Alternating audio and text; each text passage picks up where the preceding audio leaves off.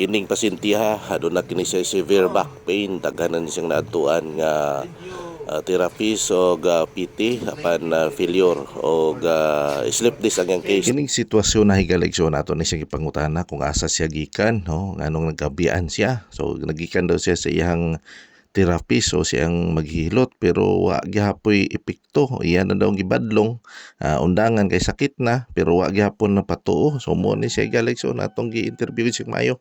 Gi-interview na tog siyang maayo kung unsay na hitabo, o nganong wa gyud siya mo reklamo o wa gyud siya mo react sa iyang therapist. So nagsige lang gyapon padayon sa paghilot, massage o pag-adjust, pag-align sa iyang bukog kuno pero wa magyapoy hinungdan. So nireklamo siya, no? So ana tanining tungura ato siyang ipangutana sa English na tong tinamban. Pangutana sa tong in English nga kwan nga nang tinamban, nagsinabot pud mi.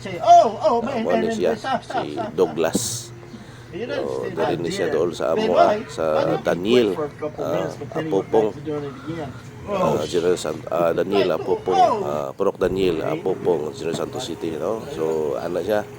So ato siya gamitan og mga instrument para pag-correct sa iyang bukog, pag normalize sa iyang sakit sa likod nga halos di na siya matandog, no? So yung ana siya kalisod higala igsoon, no?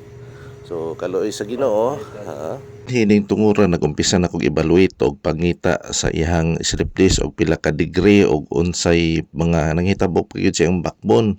So ato siya gi-evaluate og maayo. Unya gi-applyan nato siya mga instrument pag-correct sa iyang kabukugan.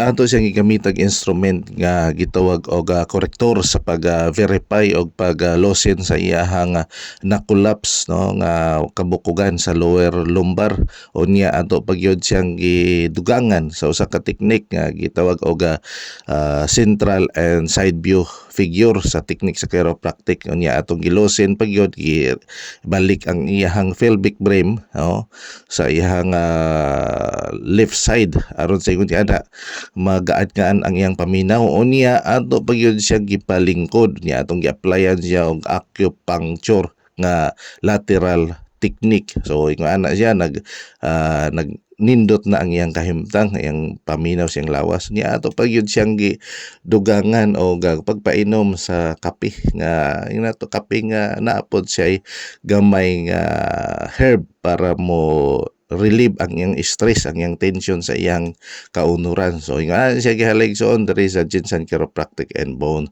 Center Clinic, no? So itong may mga cases ngayon ani, no?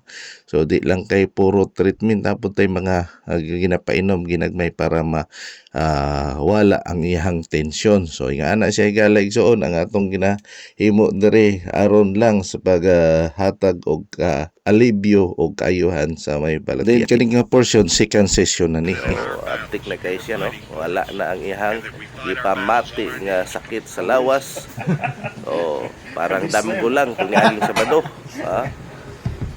Regalig soon sa Jensen Chiropractic and Bone Center Clinic. Kompleto tag mga gamit diri.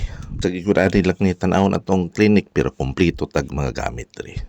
So wala siya galing so. Okay. You're dreaming last Saturday night. Kaduko na, ang sapatos na. Usbon ko diri sa Jensen Chiropractic and Bone Center Clinic.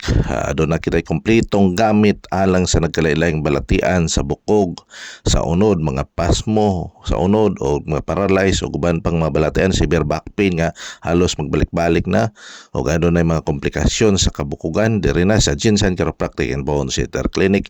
Welcome kamong tanan ka Jensen. God bless you all.